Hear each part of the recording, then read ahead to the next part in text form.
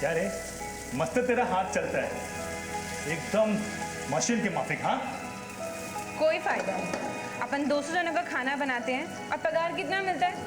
सिर्फ 5,000 रुपये। सुनना, अरे तेरा कितना काम बाकी है, थोड़ा जल्दी करना इसको, फिर अपन साथ में लंच करेंगे ना। पीछे हटना, तेको पता है ना कि मेरे को पसंद नहीं है और मेरे पैर पे भी चोट लगी हुई है। ये विकास, क्या चल रहा है? तू अपना आशिकी ना बाहर जाके करने का, कितना काम पड़ा हुआ है, ग्राहक आकर बाहर बैठा हुआ है। हाँ।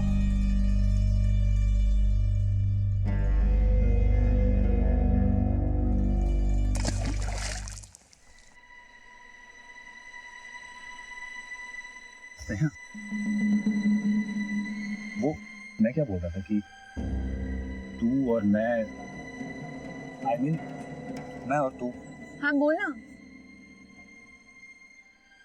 अपन के दिल में कुछ है तेरे लिए। हाँ तो फिर मेरे को क्या बोल रहे हैं? मेरी आई को बोलना। क्या? अरे तू पागल हो गई क्या? मैं तेरी आई को बोलूंगा आई लव यू?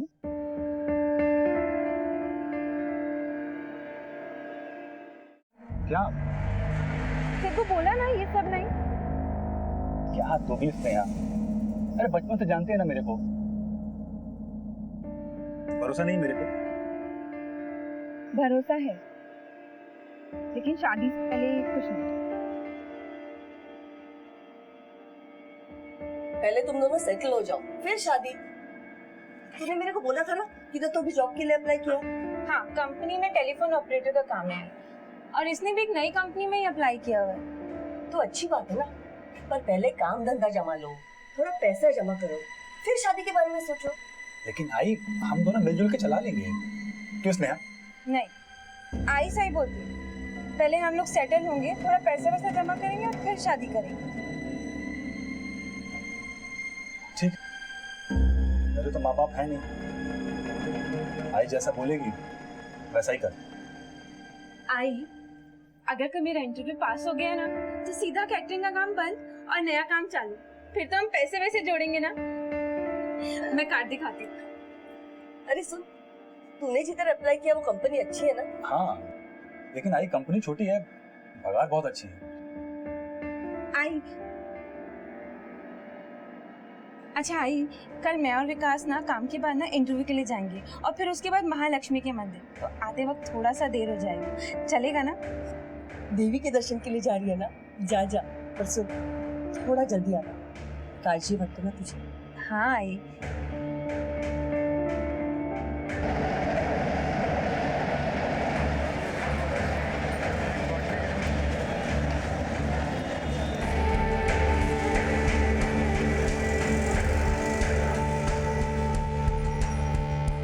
इंटरव्यू तो बहुत अच्छा हुआ है, बस ये नौकरी मिल जाए, इसलिए जाते जाते ना महालक्ष्मी के मंदिर जाएंगे और फिर तुरंत घर। आई ने बोला है जल्दी आना। हाँ पता है मुझे आई ने क्या बोला है। आई ने देखो बोला जल्दी घर जाने का, है ना? अरे 7वीं बार बोल रही है तू। आई को फिक्र होती है इसलिए बोल रही हूँ। तो मालूम है तेरे आई को फिक्र होती है। स्नेहा, मुझे लग रहा है ना सिटी स्कूल के पुराने। तो बोला था देख के चलने का। बहुत देर दूर है, घर चलते हैं, मंदिर कभी और आएंगे। हाँ हाँ ठीक ठीक, चल चल। अरे स्नेहा, नहीं चला जा रहा, स्टेशन बहुत दूर है, कोई शॉर्टकट नहीं है क्या? एक मिनट रुक जा। भाई साहब, ओ ये कोई शॉर्टकट है क्या? हाँ यही मिल बट्टी जाता है, जो मैं भी वहीं जा रहा हूँ। एक शॉर्टकट है, हम ऐसे निकलते, चला जा। अच्छा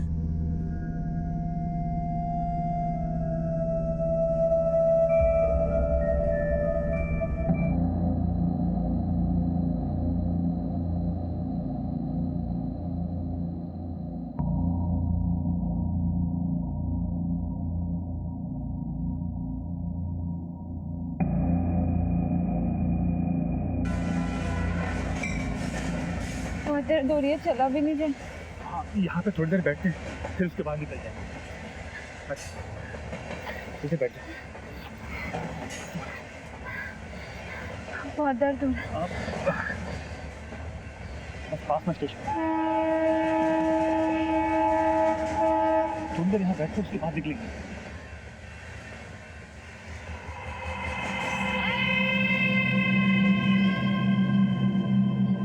जगह बहुत सुनसान है विकास, हम लोग ना यहाँ से चलते हैं, चलो। लेकिन स्नेहा, आखिर तू चल भी तो नहीं पा रही है ना, तो थोड़ी देर यहाँ बैठ तो उसके बाद निकल लेंगे।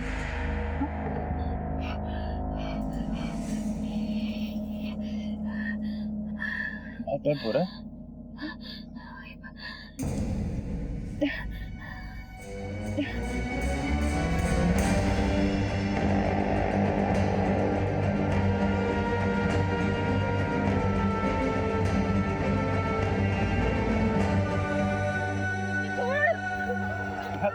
देख मेरी बात, इसने मेरी बात सुन, इधर देख, कुछ भी नहीं होगा, मैं सब संभाल लूंगा।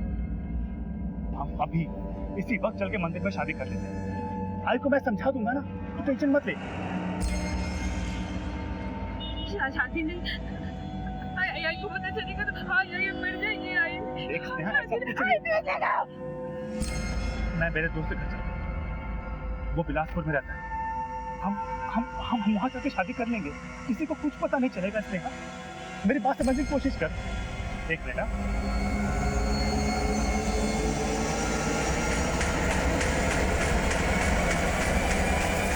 हेलो, हाँ माधव भाई, माधव भाई वो मुझे कुछ पैसे की जरूरत है, वो मुझे गांव जाना है क्योंकि बाबा बीमार है। ठीक है, ओके। मेरी माधव भाई से बात हुई है, वो घाटकोपर स्टेशन आ रहे हैं पैसे देने के लिए, और फिर वहां से हम लोग बीटी निकल जाएंगे और बिलासपुर की कोई भी गाड़ी पकड़ लेंगे। वहां मेरा दोस्त रहता है, हम चल के वहां पे शादी कर लेंगे। स्नेहा, मैं सब हाँ, ऐसा कुछ नहीं होगा, मैं सब संभाल लूंगा।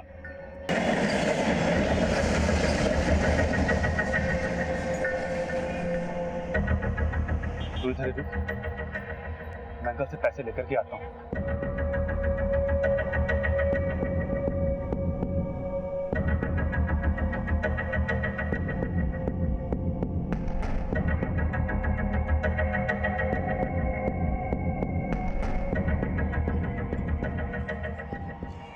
अंकल ने कुछ पैसे दिए, मैं तेरे लिए कपड़े लेकर के आता हूँ।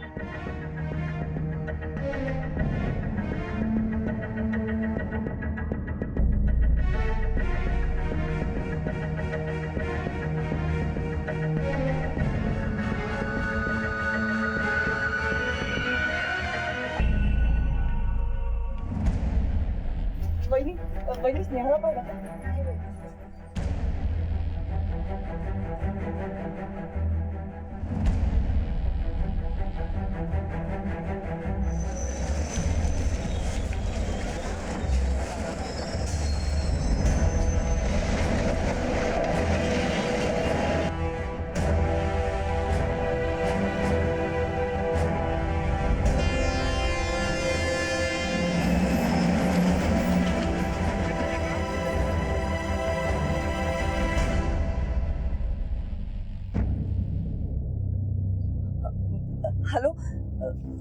हेलो मैडम, मैं स्नेहा जोशी की माँ बात कर रही हूँ। वो कल आपके यहाँ पे इंटरव्यू के लिए आई थी ना?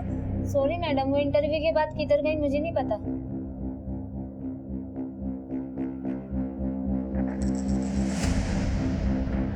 माधव जी, मैं स्नेहा की माँ बात कर रही हूँ। स्नेहा आई थी ना आपके पास कल? वो कल आई थी, लेकिन टाइम से थोड़ा जल्दी निकल गई थी, फिर कहाँ गई मुझे पता नहीं है।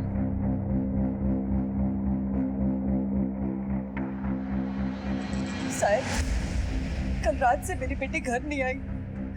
मैंने हमारे सारे बस्ती वालों को, उसके सारे दोस्तों को, हमारे सारे रिश्तेदारों को फोन किया साहब, वो कहीं नहीं है। साहब वो केटरिंग कंपनी जहाँ पे वो काम करती है ना, वहाँ पे भी फोन किया मैंने, वो वहाँ आकर चली गई। वो बोल के गई थी एक इंटरव्यू के लिए जा रही है, ये पता है इसका। यहाँ भी फोन किया सब, यहाँ भी आके चले गई वो, कुछ पता ही नहीं है उसका। उसका मोबाइल नंबर 98। ठीक है मैडम, हमने कंप्लीट नोट कर ली है, हम पता करते हैं। और हाँ, उसका कोई फोन आए या उसके बारे में कोई इन्फॉर्मेशन मिले तो सीधा इधर आके बता। मुझे पूरी न शोधा से। हाँ, शुद्ध तो क्या रे विकास, आने की खबर तो दे देता, मैं तुझे स्टेशन लेने आ जाता। मेरे बेटा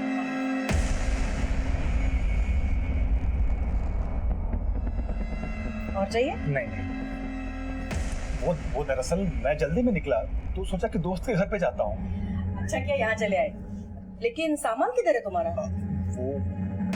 वो आंटी रास्ते में किसी ने मार लिया। ओ, चल छोड़, कोई बात नहीं, मेरे कपड़े तू पहन ले, हाथ मुंह धो, मैं पूरा वाला कमरा दिखा देता हूँ। चल चल।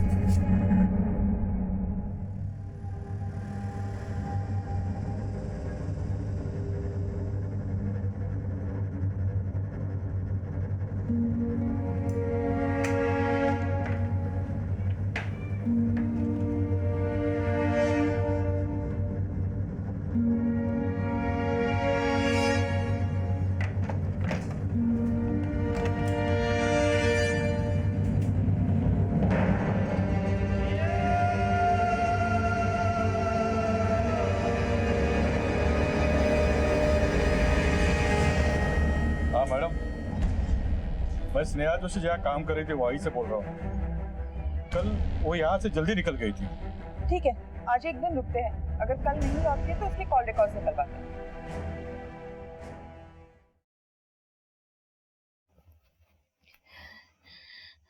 सुनना,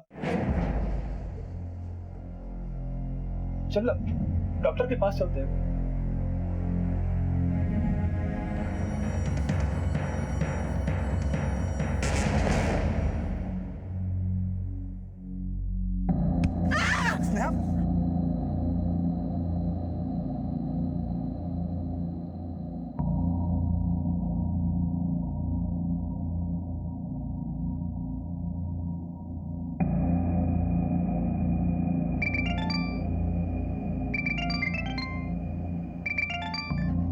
स्नेहा, हेलो। आई कुठे आहेस तू बेटा?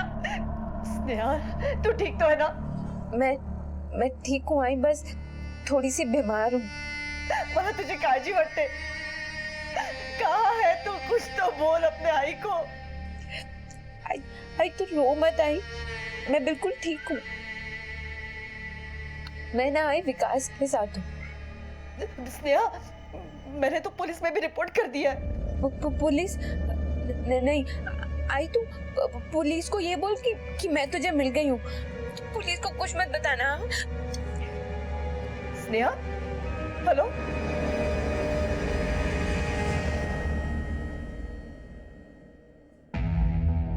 साहब, अरे मैडम, अभी तक आपकी बेटी का कोई पता नहीं चला। पता चलते ही आपको? नहीं साहब, वो मिल गई। मिल गई? इधर मिल गई? यही थी वो। ये आप ये केस प्लीज कैंसिल कर दीजिए। अरे मैडम, ऐसे कैसे केस कैंसिल होगा? पहले आपकी लड़की को यहाँ थाने लेके आओ, पुलिस उसका बयान लेगी, उसके बाद केस कैंसिल होगा। ठीक है साहब।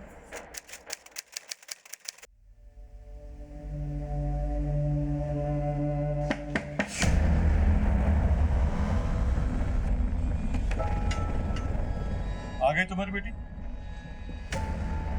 हाँ, वो काम पे गई है। अरे उसको बोलो एक बार आके थाने में शक्ल दिखा के जाए। बोलती हूँ उसको।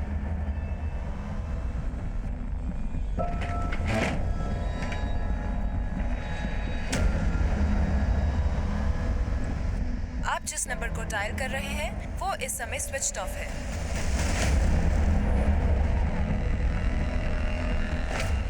क्या इसका तू बेटा? अरे कहाँ हो तुम लोग? ठीक है हम आते। विकास, अरे ओ विकास, चल पुराने दोस्तों से मिल के आते। बस एक मिनट, मैं अभी आता हूँ। ठीक है।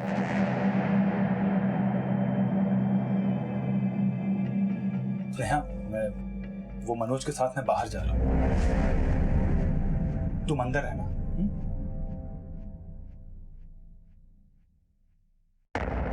किसके साथ बात कर रहे थे? बात? कौन है अंदर? कोई नहीं। मैंने अभी सुनी आवाज। एक मिनट, ये लड़की कौन है? ये लड़की कब से रह रही है? तू कैसे जानता है इसको? मनोज, वो दरअसल हम दोनों ने भाग के शादी की थी, तो क्या? इसलिए उसको यहाँ पे छुपा के रखा। अरे लेकिन आंटी मैं सब समझाता हूँ आपको। आप आओ ना।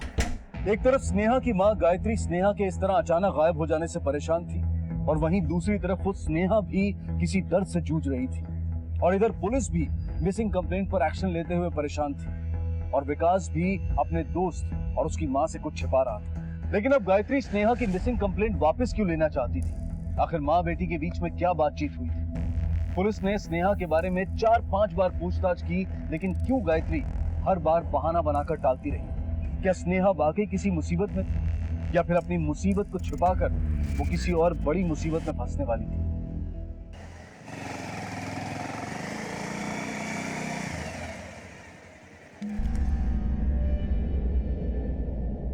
तो आज कहाँ चलना है मैडम? नया असाइनमेंट दिया है बॉस ने, मुंबई के अनोखे स्ट्रक्चर्स कैप्चर करने का।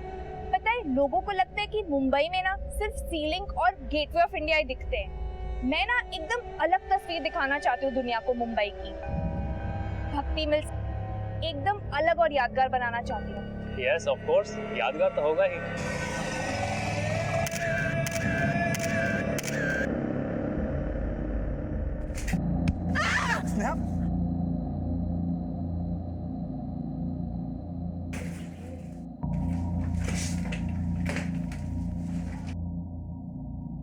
मुझे मुंबई जाना है। क्या? आई से बात हुई है मेरी।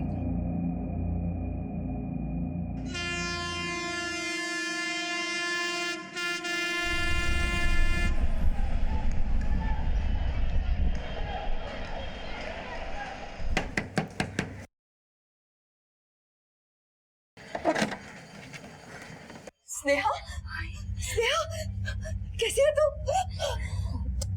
ठीक तो है ना तू? कहाँ थी तू इतने दिन? मैं बताता हूँ ये सब। तू जा यहाँ से, जा अपने घर जा। चल, और ये बैग मुझे दे दे।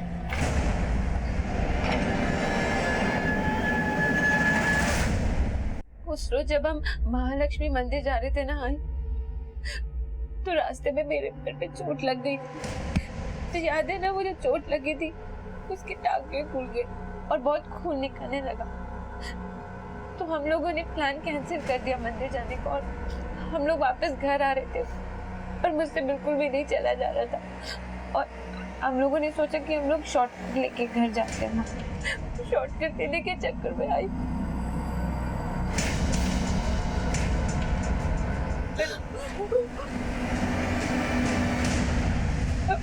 मुझे कुछ भी समझ में नहीं आ रहा था मैं क्या। सुन, किसी को कुछ कहने की जरूरत नहीं है। हम बस कल थाने जाएंगे और केस वापस ले लेंगे। किसी को कुछ पता नहीं चलना चाहिए, वरना ये समाज।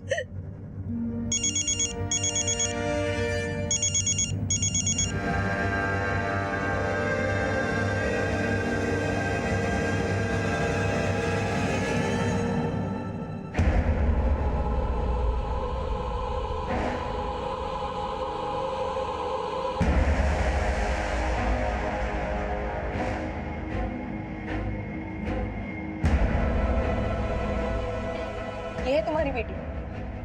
हो मैडम, वो केस वापस लेना था। अब तो ये आ गई ना, बेचारे केस फाइल्स दे दो।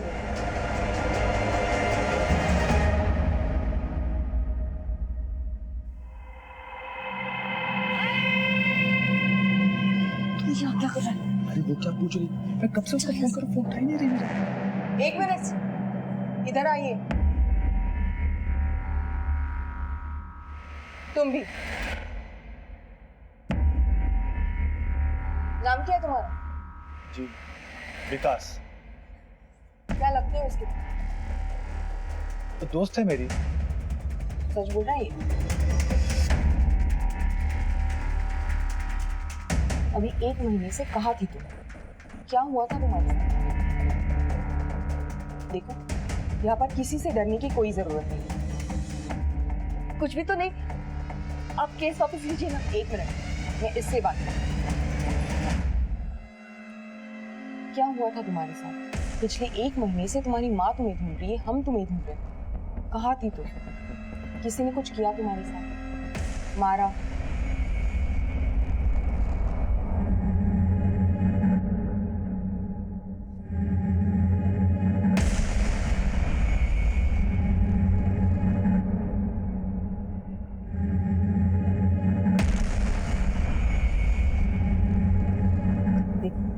यहाँ पर किसी से डरने की कोई जरूरत नहीं। उस दिन जो कुछ हुआ वो सब बता दो।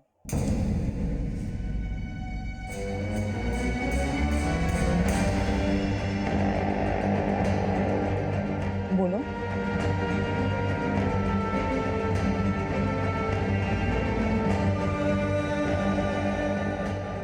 अब बताओ उस दिन हुआ क्या था? उस रोज जब हम लोग महालक्ष्मी मंदिर की तरफ जा रहे थे तो मेरे पैर में चोट लग गई थी और हम लोगों ने भक्ति मील वाले रास्ते से शॉर्टकट लिया रेलवे स्टेशन जाने के लिए। ये विकास भी मेरे साथ ही था। भक्ति मील? सर, घाटकोपर पुलिस स्टेशन में हमने इस केस के संबंध में एक 0 FIR दर्ज किया है, लेकिन जहाँ पर ये वारदात हुई वो भक्ति मिल्स आपके पुलिस स्टेशन के अंडर आता है। ये रही केस की डिटेल्स।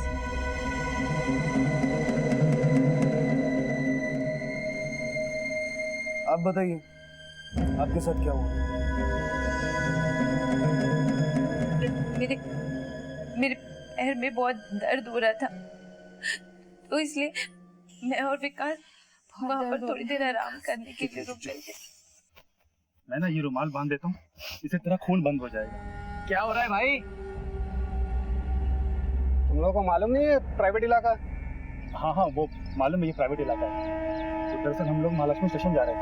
ओहो, तो अचानक इसके पैर में चोट लगी तो थोड़ी देर बैठ गए थे। तो ऐसे कैसे रुक गए? हाँ, प्राइवेट एरिया ही है, बाप का बगीचा नहीं है। बाप पे मत समझा ना। ए, क्या करेंगे? हाँ, तू इधर लड़की के साथ आया ना, टाइम पास भी किया तो भाड़ा कौन देगा? हम लोग निकल रहे हैं, विकास किधर छमिया किधर? क्या कर रही हो?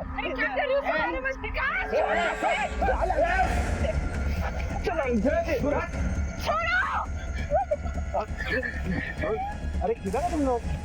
इधर नया माल है एकदम। छोड़ो मुझे, छोड़ो। छोड़ दूंगा। विकास! नाटक नहीं चाहिए मेरे को। ज्यादा हीरो बनती दिखाई ना, थोड़ा फोड़ दूंगा साले।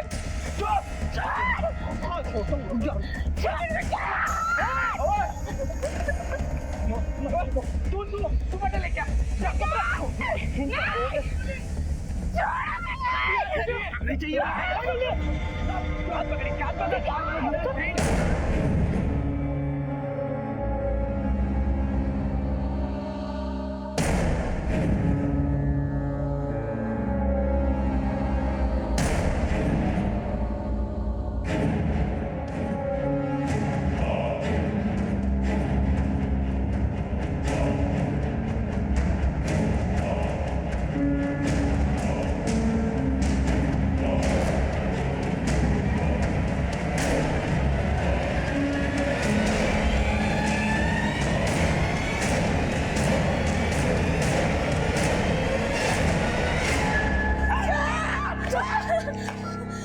बात बता, कपड़े मैं उतारूं या तू उतारे? प्लीज मुझे जाने दो।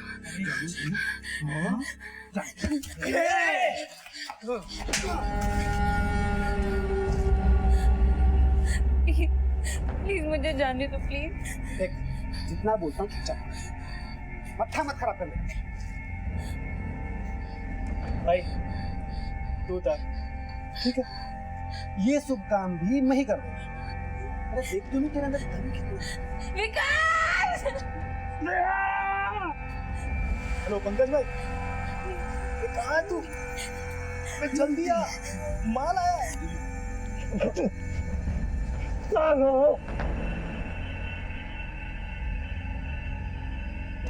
क्या रे, आमिर ने फोन पे बोला माल आया, इधर है। काम चालू कर दे। मजे लिए जा।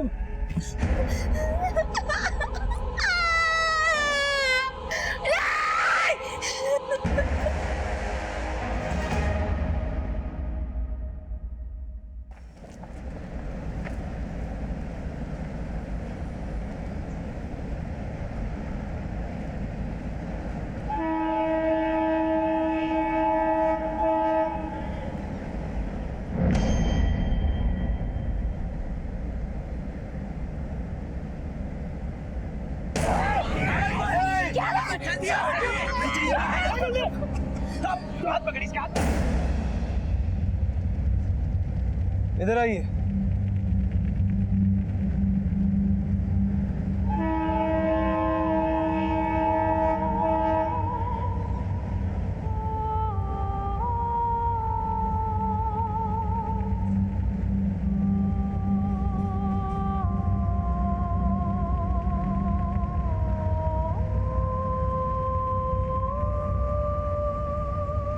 ये दुपट्टा आपका? हाँ, दुपट्टा क्या है? Forensic test certificate.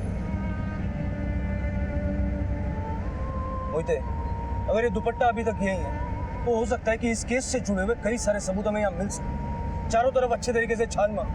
Sir,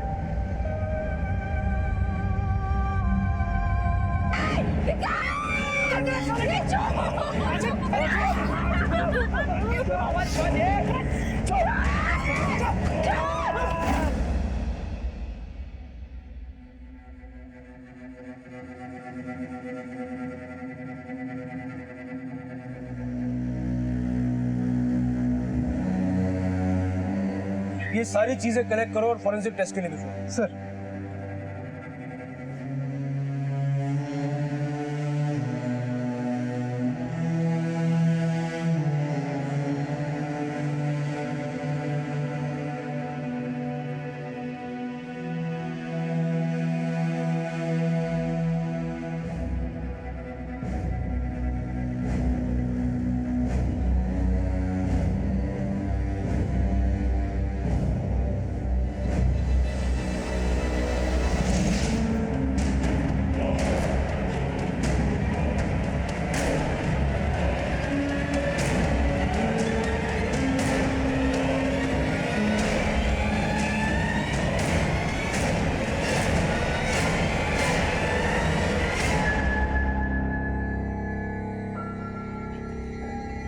Sneha,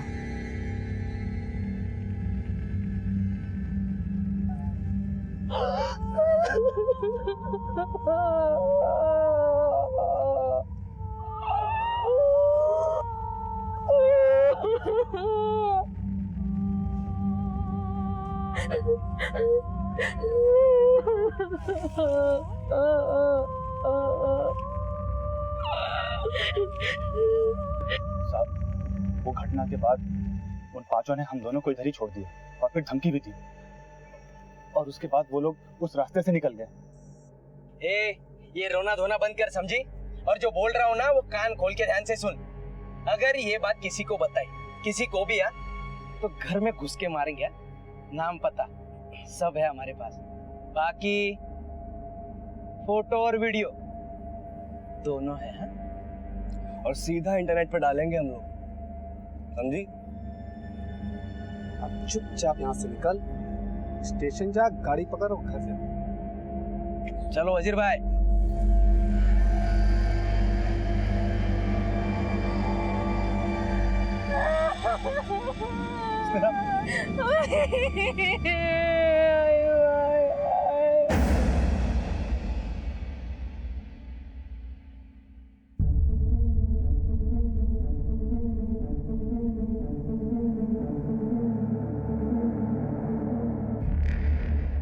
sir, उन लड़कों का क्या करेंगे? आंख खींचेंगे।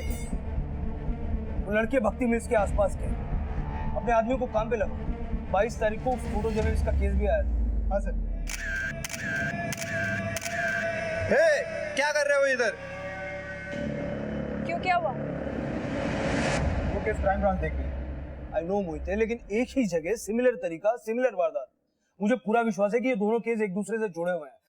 उन लड़कों में से एक भी हाथ में आ गया, ज़बान खींच के बाकी के नाम उगलवा लेंगे। क्राइम ब्रांच से भी इस केस की डिटेल्स है। सर, फोटो जर्नलिस्ट के मामले के बाद पुलिस और प्रशासन दोनों सतर्क हो गए।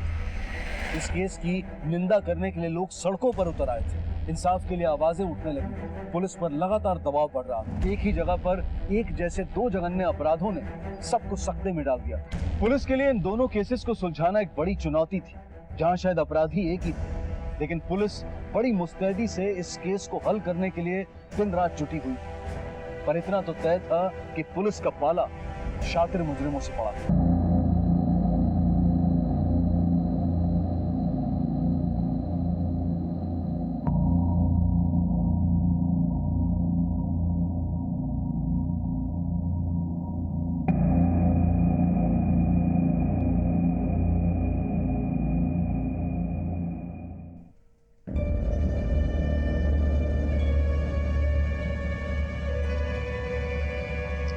आइए प्लीज लेडी।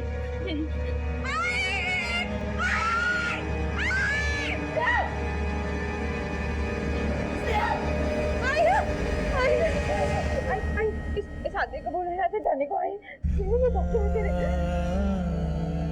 यहाँ लेडी डॉक्टर नहीं है जी, बुलाइए।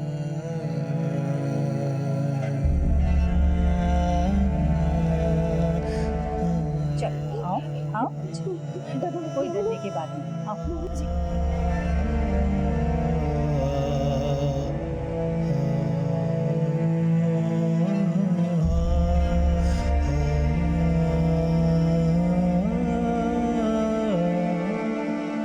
देखिए, इंसिडेंट को 1 महीना हो चुका है। शरीर पे इंजुरीज है, पर शारीरिक इंजुरी से ज्यादा मन को, दिमाग को चोट लगी है। इसका साइकियाट्रिक एग्जामिनेशन होना जरूरी है, उससे बहुत कुछ सामने है। ओके।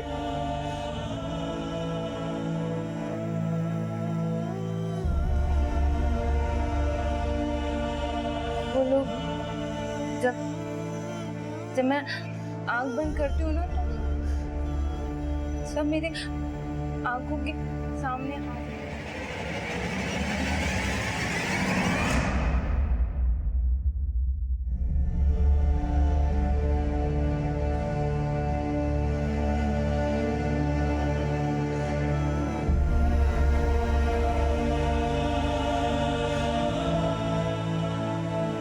फोटो और वीडियो दोनों है, और सीधा इंटरनेट पे डालेंगे हम लोग।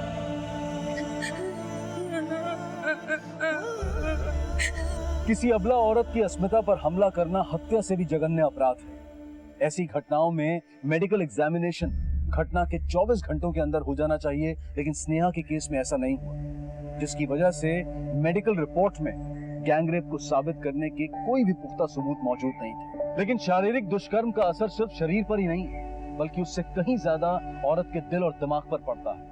अगर डॉक्टरी जुबान में कहें तो स्नेहा इस वक्त PTSD यानी कि पोस्ट ट्रॉमेटिक स्ट्रेस डिसऑर्डर से ग्रस्त है। ऐसे में इंसान हर पल अपने आप को लाचार, बेबस और हारा हुआ समझता है, डिप्रेसिव और हाइपर सेंसिटिव हो जाता है।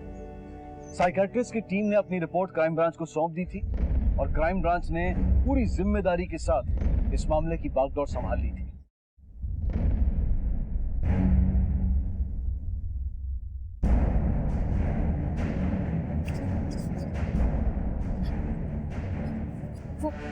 वो पांच उनमें से 16-17 साल का लड़का था शायद।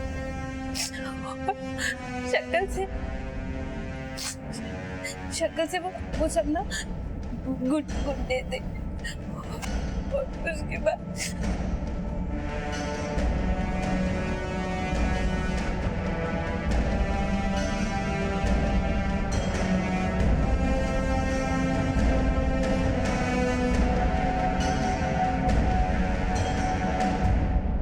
कैबिन को लेकर जाइए।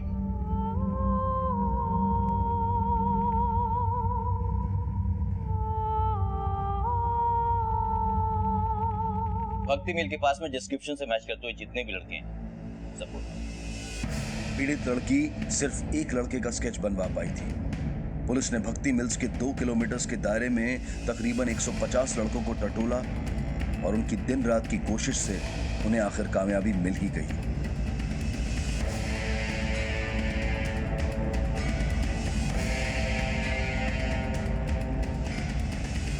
चलो भाई, चल जल्दी।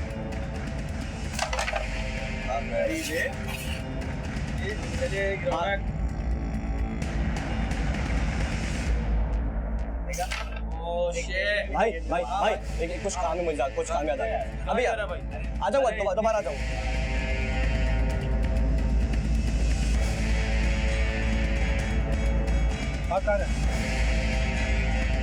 सब मैं कब भाग रहा था, मैं तो घर जा रहा हूँ। चल थाने बात कर ली। सब हुआ क्या है? चल ले चलो। बेटे सच नहीं बोलेगा तो क्या होगा पता है? जैसा जो लड़के थे उनका कुछ हो ना, लेकिन तू लंबे टाइम के लिए अंदर जाएगा। मैंने कुछ नहीं किया, मैं सच बोल रहा हूँ, मैंने कुछ किया ही नहीं। चल बैठ जा। जिस लड़की के साथ तुम लोगों ने वो कांड किया ना, उसके साथ एक लड़का भी था। उसको अभी यहाँ बुलाऊंगा, वो तेरी पहचान करेगा, बात खत्म। तू जाएगा अंदर, बाकी चारों को ढूंढने की मेहनत कौन करेगा? वही थे, लड़के को बुला। Yes sir. सब बताता हूँ सब 4 लोग थे। एजाज, वजीर, पंकज और सब आमिर और तू। हाँ साहब, मैं था। पर साहब पिछली बार मैं नहीं था, पिछली बार टिल्लू था। मैंने कोई काम नहीं किया पिछली बार। मतलब पिछली बार किसके साथ कांड किया? साहब वो जो टीवी पे आ रही है ना, वो अखबार वाली लड़की, उसके साथ उन चारों ने कांड किया था। एजाज, वजीर, पंकज, आमिर और टिल्लू। मैं नहीं था, मैं पिछली बार नहीं था। मैं सिर्फ एक फोटो जर्नलिस्ट अपने ऑफिस के असाइनमेंट के संबंध में अपने एक मेल सहकर्मी के साथ इसी भक्ति मिल में गई थी और इसी तरह 5 लोगों ने, जिसमें एक नाबालिग भी शामिल था, उसके साथ बलात्कार किया। बाद में इस केस को लेकर मीडिया और लोगों में जबरदस्त जन आक्रोश हुआ और इस केस को सेनापति बापट मार्ग पुलिस से लेकर क्राइम ब्रांच को सौंप दिया गया। उस घटना में क्राइम ब्रांच के हाथ अब तक कोई आरोपी नहीं लगा था। दोनों केसेस में फर्क सिर्फ इतना ही है कि स्नेहा शहर छोड़कर बिलासपुर चली गई और उसका केस 1 महीने के बाद दायर हुआ, जबकि फोटो जर्नलिस्ट के मामले में घटना के अगले दिन से ही पुलिस हरकत में आ गई। पुलिस के हाथ अब आरोपी सनी लगा तो एक बेहद जटिल और संगीन सीरियल क्राइम की गुत्थी खुलने वाली थी। कल फोटो जर्नलिस्ट केस में इन्वॉल्व हमने एक लड़के को उठाया, इसका नाम है टिल्लू। इसने वो सारे नाम बताए जो आपने बताए थे, वजीर, एजाज, आमिर, अलबत्ता इसने एक नया नाम बताया, पंकज। और ये पंकज जो है उस गैंग रेप में इन्वॉल्व है। जफर साहब, मुझे लगता है कि उस मिल में कोई रैकेट है। यू आर एब्सोल्युटली करेक्ट, ये एक रैकेट ही है। ये कमीने वहां हाथ लगा के बैठते हैं और आने जाने वाली लड़कियों का शिकार करते हैं। सर, पूरा मीडिया और पब्लिक पुलिस के पीछे हाथ धो के पड़ी है सर। शरद, वो तुम देखते जाओ इन कमीनों के साथ हम क्या करते हैं।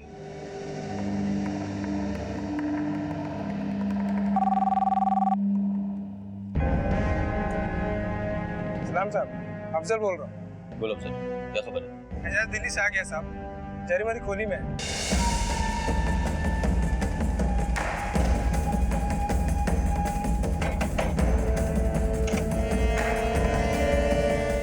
तेरा नाम एजाज? हाँ? अरे क्या हुआ साहब? साहब अरे हाँ साहब, मैं मुमरा से बोल रहा हूँ। वो वजीर शेख है ना, जिसका टीवी पे न्यूज़ आया था, उसको मैंने देखा है उसकी खोली पे जाते हुए।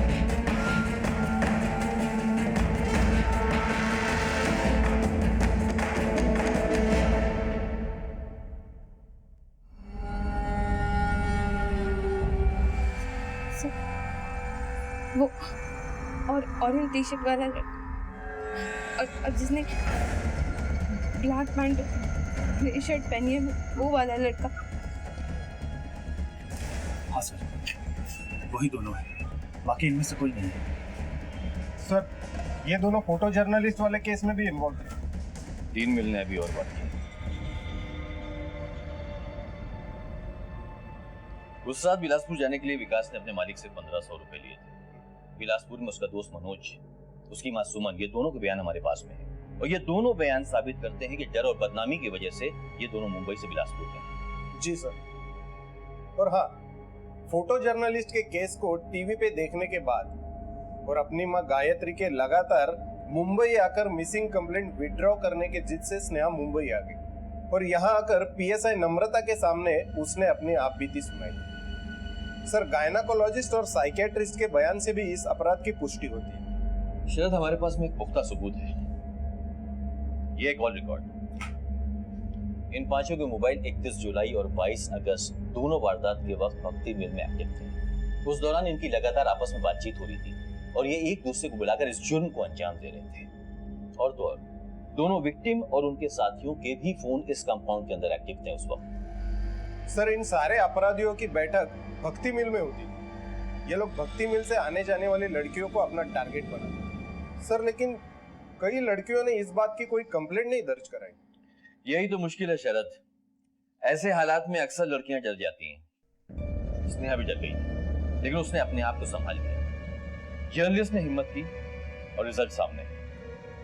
जिस हैवानियत और प्री प्लानिंग के साथ में जुर्म को अंजाम दिया गया है, ऐसे दरिंदों को तो सिर्फ सजा नहीं होनी चाहिए, इन्हें सूली पे लटका देनी चाहिए। हमारी तो पूरी तैयारी है और कोर्ट के फैसले पे हमें पूरा भरोसा है। दोनों ही बलात्कार के केसेस इंतहाई नाजुक थे। सभी अपराधियों को पकड़ना बहुत जरूरी था, क्योंकि न जाने और कितनी जिंदगियां खतरे में थी। पुलिस ने कमर कस ली थी और दिन रात काम में जुट गई थी। सारी मशीनरी हरकत में आ गई थी। जागरूक नागरिकों ने हिम्मत का प्रदर्शन किया और एक के बाद एक मिलती इंफॉर्मेशन से सिर्फ 3 दिनों में पुलिस ने सभी मुजरिमों को धर दबोचा। बलात्कार करता है, बलात्कार करेगा तो बलात्कार करेगा तू बात है, रेप करने का शौक है, रेप करने का। स्नेहा के साथ हुए जघन्य अपराध में कोर्ट का फैसला आ गया, लेकिन फोटो जर्नलिस्ट के मामले को भी मेनली इसी केस से जोड़कर देखा गया, हालांकि उसकी सुनवाई अलग से हुई। फोटो जर्नलिस्ट मामले में स्नेहा के केस का संज्ञान लेते हुए माननीय अदालत ने आरोपी आमिर, वजीर और पंकज को रिपीट ऑफेंडर्स यानी कि एक ही अपराध को बार बार करने वाला मानकर महिला अपराध से जुड़े नए कानून आईपीसी की धारा 376 के तहत मौत की सजा सुनाई। यह अपने आप में एक अप्रत्याशित फैसला था। नए कानून के तहत देश में दिया गया यह पहला जजमेंट था। और वहीं दूसरी तरफ जुवेनाइल जस्टिस बोर्ड ने दोनों नाबालिग आरोपियों सनी और टिल्लू को बाल अपराध से जुड़ी सबसे ज्यादा 3 साल की सजा दी। इस केस से जुड़े सभी अपराधी 5 दिनों के अंदर पकड़े गए और केस की चार्जशीट अपराध के 57 दिनों के अंदर कोर्ट में फाइल कर दी गई। इस केस में समाज की भूमिका भी काफी सराहनीय रही। यहाँ पुलिस को खबर उनके खबरियों से ज्यादा पब्लिक से मिली और स्नेहा जोशी और फोटो जर्नलिस्ट के अदम्य साहस को भी क्राइम पेट्रोल सलाम करता है। इसी विचार के साथ अब मैं अनूप सोनी आपसे विदा लेता हूँ। फिर मुलाकात होगी अगले एपिसोड में एक और चौंका देने वाले केस के साथ। तब तक अपना और अपने परिवार का ख्याल रखें और देखते रहें क्राइम पेट्रोल सिटी क्राइम्स। सबक एक को सीख हम सबको। जय हिंद।